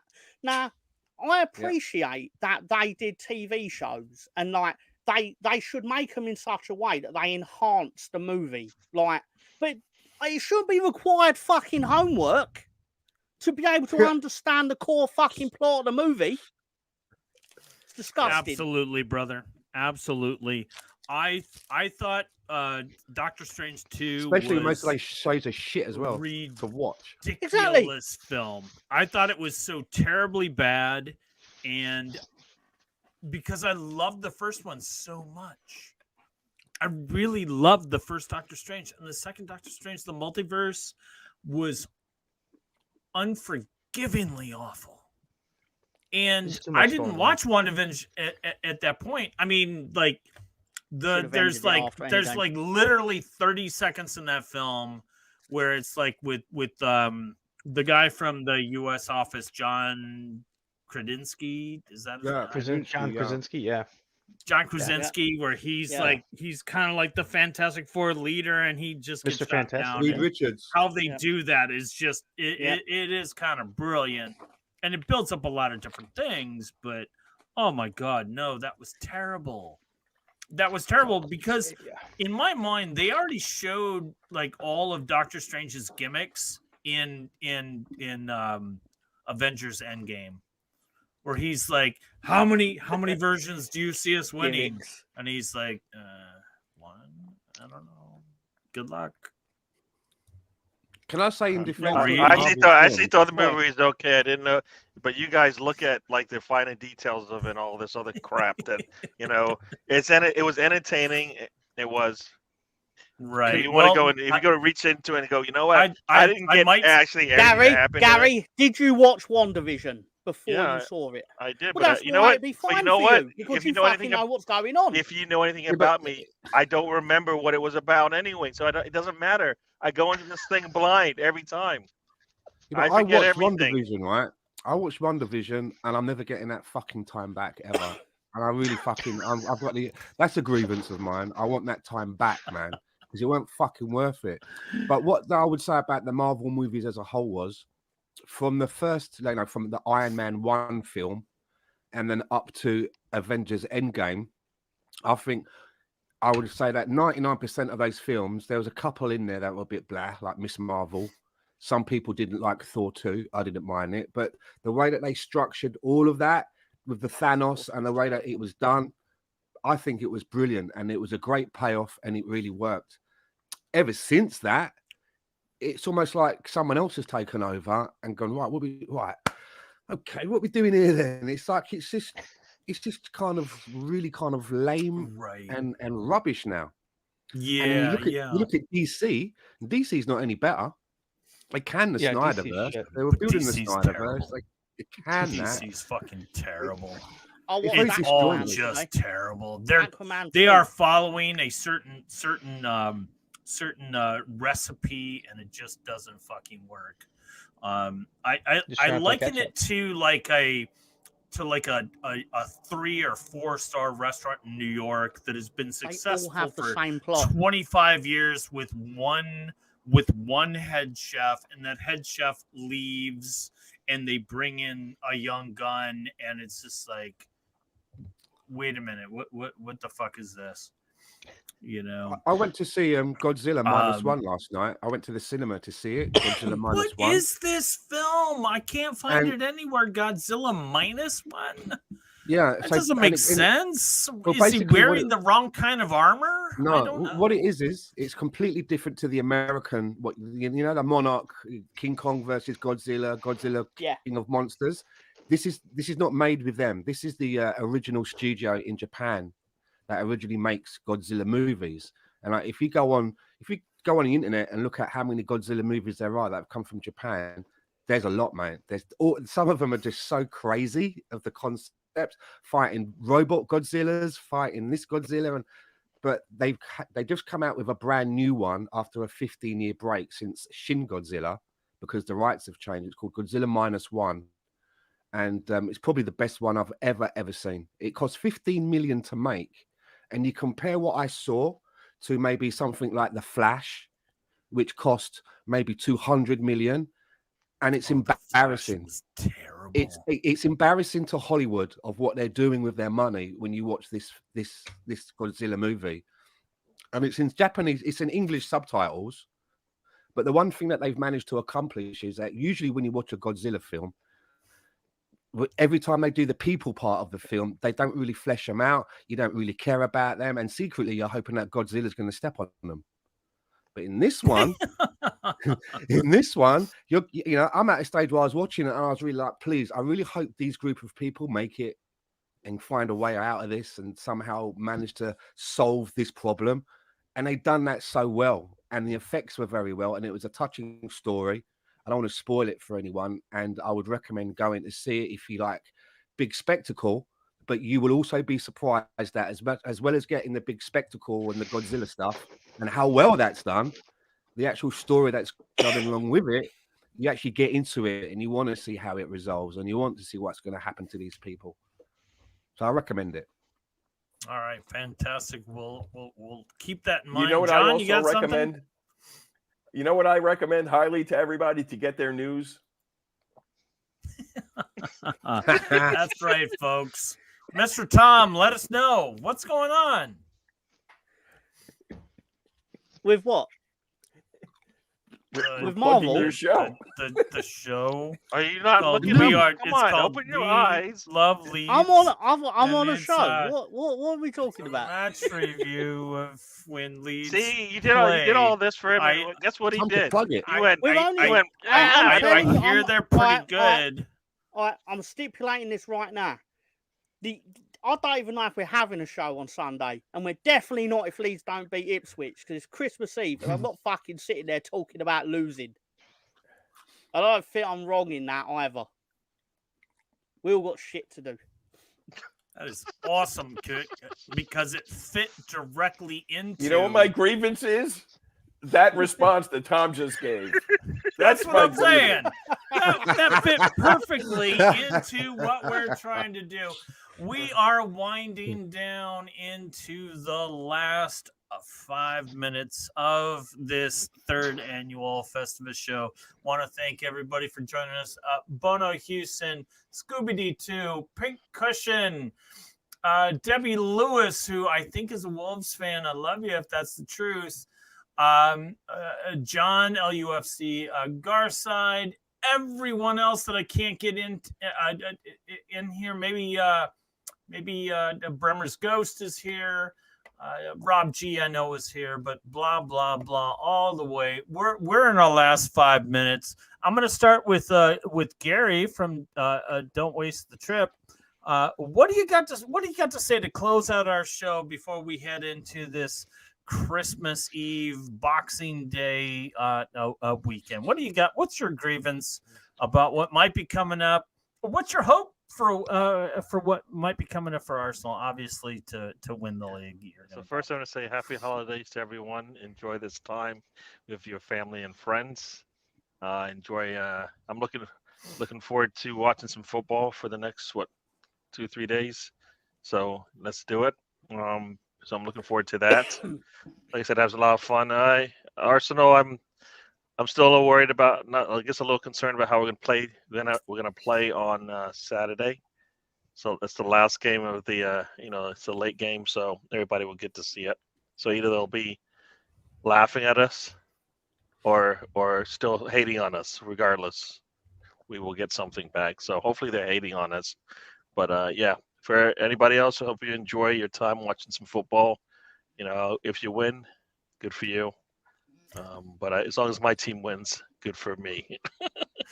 All right, fantastic. So I'm going to go from one Arsenal fan to the next. Stan, close us out. What do you got? What's on your mind? I've got my grievances out of the way. I just want to say to everybody that tunes in that I hope you all have a great Festivus. I hope you've all been good little boys and girls and that you get what you wished for from Santa Claus, because he is real. Your parents might have told you that he doesn't exist, man, but they were bullshitting to you, man. He is out there and he's watching to see if everybody has been good to bring them their presents. From an Arsenal standpoint, I can't wait for tomorrow, because for me, Arsenal-Liverpool is always an important fixture. It's kind of like a barometer for me to see where we are. And I think when we played them last season, and I think it was a Desmond, right? It was 2-2. And we seem to be controlling so much of that game, but, we kind of let them back in. If we can go to Anfield and grab all 3 points, I think that would be a really good barometer and mindset for the team to go on and do even better this season than we did last season. So I do think that tomorrow is a very important game to what may happen in the league. Other than that, thanks for having me on, guys. And if you want to catch me again, you can catch me with Gary, Arsenal Fan Circle, on a Thursday and a Sunday.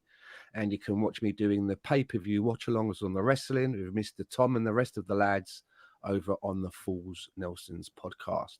And if you want to buy any merch, Arsenal merch or some retro merch, go and check out the Gooner Shack on Etsy. You might see something that you like. Cheers.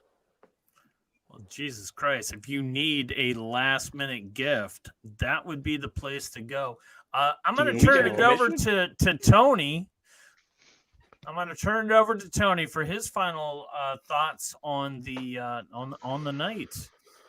Happy Festivus. Close us out here. Nervous for Luton today. Just because even though they're in the bottom 3, they've been playing decent against everybody pretty much. So hoping to win, and then hoping to beat Nuno, Spirito, Jesus, Mary, Joseph, Santo on Tuesday on Boxing Day, and then it's Liverpool on New Year's Day to start 2024. So nervous, and hope nobody else gets injured in the next 3 matches, because chances are somebody probably will on Newcastle the way it's been going this year. So hoping for no injuries for the next 3 matches in 2024. So right on. Fantastic. Hopes and dreams. Mr. Tom, you wanna give us a little Christmas cheer for all you viewers out there? Hello, everyone. He just graduated. Yeah. No, seriously. Nothing too dissimilar to what has already been said. Have a good Christmas. Have a happy Hanukkah, a crazy Kwanzaa, Feliz Navidad, as someone has said before. Thought he was a player that had been signed by a Redknapp at some point, but apparently it's Merry Christmas in Spanish. Who knew? Now you do. Anyway, so as Stan said, you can find us all in various places, and as Director John has managed to sneakily promote all my shit throughout the show. Very good. Thank you very much, Director John. And also thank you everyone for providing us with this platform. It's more of a platform when you are watching it, listening to our nonsense, because it's just naturally, it's more fun when there are actually people watching you do your shit. And so that being said, thank you for having me on, Mark. Thank you for also being on, Tony. Thank you for turning up, Stan. I went to say 3 different things, but anyway, and Gary, I know he's lurking out there somewhere. Happy Christmas. Have a great New Year, even though I know that's over a week away. Yeah. All right, then. Thanks, everybody. I think that my friends here have done best to say it. I guess for me, it's. I'll just close the show up by saying that it's amazing that we're still doing this. This is our 3rd annual Festivus show. We love football, and when we can, we will get together and talk about it. And we love talking to it or about it with you. And I also think about how, and maybe this is a grievance with myself. Here's my final grievance. A grievance to myself is that I didn't discover this fucking awesome sport and this awesome fandom well before 3 years ago, because I used to watch a lot of sports. I used to watch NBA, NFL, college basketball, college football. I'd even watch golf if because I'm that addicted to sports. But when y'all introduced me to this sport, I went all in, and it's been absolutely crazy. It's been an absolutely crazy journey, and y'all know, you've all watched it. Y'all seen where it's all come from. So I think everybody that has made our show possible, and I thank all of you who have suffered through all the many different moods and the means and ways of this show. So I'll just end this short, which is not, by saying that we wish you all a Merry Christmas and a beautiful future New Year. And to you, Lolo, where the fuck were you? That's my final grievance, you bastard. Director John, play us out.